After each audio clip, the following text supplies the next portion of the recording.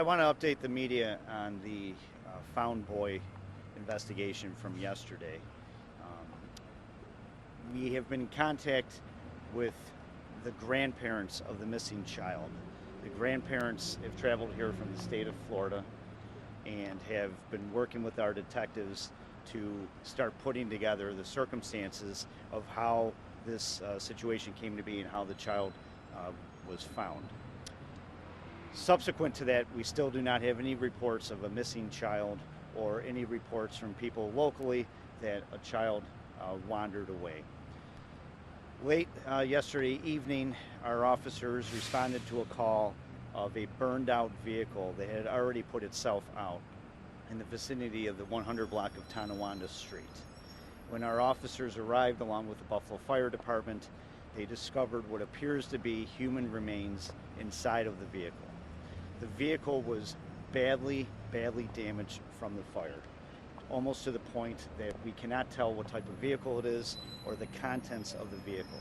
The fire definitely burned extremely long, extremely hot, and extinguished itself, which left little remnants of the vehicle. We've been able to put together that the fire would have occurred around 3 in the morning, Sunday going into Monday. So 3 a.m. Monday is when we think this fire would have started. Based on the location of where the vehicle was found, we know that the flames would probably not have been visible from surface streets, but may have been visible from the elevated section of the 198. The location of the vehicle is on the north side of the 198, or possibly from the 190.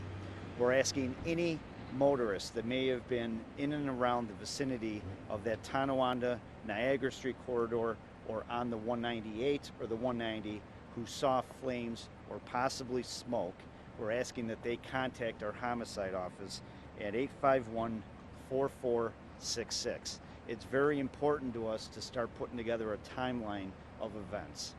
I know that there's been a lot of reports in the media about the connection of this vehicle with the parents of the missing children. We will be releasing shortly pictures of the mother, the father, and a friend of the parents to the media. As of right now, this is a missing persons investigation regarding those 3 individuals. We are asking anyone that's had contact with them to contact our homicide office. We believe that these people may have arrived in Buffalo sometime late Sunday night, and were here and possibly are still in the Buffalo area. We will not know the identities of the people found in the vehicle for quite some time. It is requiring the services of forensic anthropologists to put together exactly what happened, how many may be inside the vehicle, and beginning the very painstaking process of attempting to identify those people. The child is in good spirits. He is currently in the custody of Child Protective Services. We are working with CPS and the grandmothers to begin the process of reuniting them. I can't stress enough how complicated of an investigation this is. It is going to take quite some time to put all this together, and it's going to take some time for the Erie County Medical Examiner's Office to do the process they need to, so that we may positively identify who may or may not be inside of that vehicle. But again, we're stressing to the public that anyone that may have seen flames or smoke around 3 a.m. Monday morning in that vicinity of Tonawanda and Niagara Street, to please call our homicide unit to assist us with putting together this timeline. And again, anybody in and around the Buffalo area or greater Buffalo area that may have had contact with these 3 individuals that we will be releasing the photos shortly, to please call our homicide unit so we can put this together. That is in essence the facts as we know them. I can take a few questions. Captain, can you connect the fire to the missing boy? We cannot positively connect that at this time. We are exploring the possibilities of that. Based on information, we know that the child is not from Buffalo. We know that the child is from the state of Florida, and we know that the parents reside with the child in the state of Florida. So unfortunately right now we do not have any definitive answers as to even where the vehicle was from based on the condition of the vehicle when it was found by officers. How long do you anticipate being at that scene over on Tonawanda Street? As long as it takes. I can't answer that right now. What? It's a very slow, methodical process for them to do what they have to do there. What drew investigators to that area to even find the car there? I believe somebody reported seeing the vehicle in the back of the building. So again, it's not uncommon that a vehicle is found burned out. When officers arrived, they observed what they thought could possibly be human remain inside of the vehicle, which triggered our homicide unit to respond, and that's where we're at literally right now. What is that property? I'm sorry? It's a warehouse. What Yeah, I just believe it's a warehouse property. The vehicle was found at the back side of the building, so again, from the street, you would not have seen the vehicle nor the flames coming from that vehicle. There are tenants, there's tenants there who say that there are surveillance cameras. What, if anything, you know? Well, I'm not going to get into the details of the investigation at this point. We are reviewing some video evidence. We are looking at our Safe Cam project. Literally, our homicide squad is canvassing for video in and around that area. We are utilizing a number of investigative methods to try and determine exactly where that car was, where it may have traveled prior to this.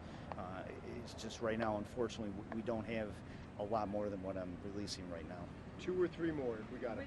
With the 3-year-old, how long and what's the process like to be able to release him to his grandparents? That's a question better suited for Child Protective Services because they have custody, but I would think that it's going to require obviously some type of process to confirm identities and then as well as to make arrangements to release the child. Any word, I know you probably haven't spoken at length with grandmothers, but what reason they were here? I mean, You know, that's all part of our investigation. I wish I could stand here and answer a lot of these questions. We're working through those questions. The family has been beyond cooperative. You know, not only is the family rejoiceful that their 3-year-old has been found, but now they're missing other family members. So, you know, we have to take this step by step. We have to be slow and we have to be sure about what information we put out. And, you know, other than that, anything at this point is speculation. One more if we have it. One more. how unusual is it for your officers to happen upon an incident like this, to find possibly 3 human beings in a car behind a warehouse? I mean, Well, obviously- it's extremely unusual, and you know, it's just one of those things. Thankfully, you know, our officers are highly trained how to deal with these things. We are fortunate in Erie County to have a great medical examiner's office that has anthropologists on staff to be able to help us reconstruct that crime scene and attempt to identify these people. Our homicide detectives have been in touch all morning and working with the Erie County DA's office.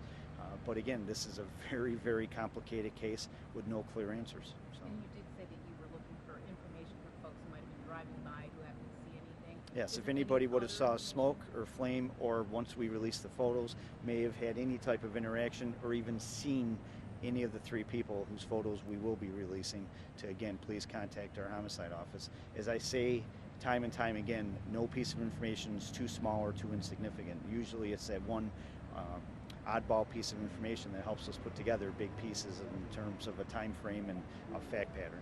Captain Ronaldo, can we just give the homicide number one more time because it is different than the confidential tip phone Correct. line? It is 716-851-4466. And to any members of the public that may have information who may not be comfortable calling our homicide unit, you can also call or text our confidential tip line at 716-847-2255.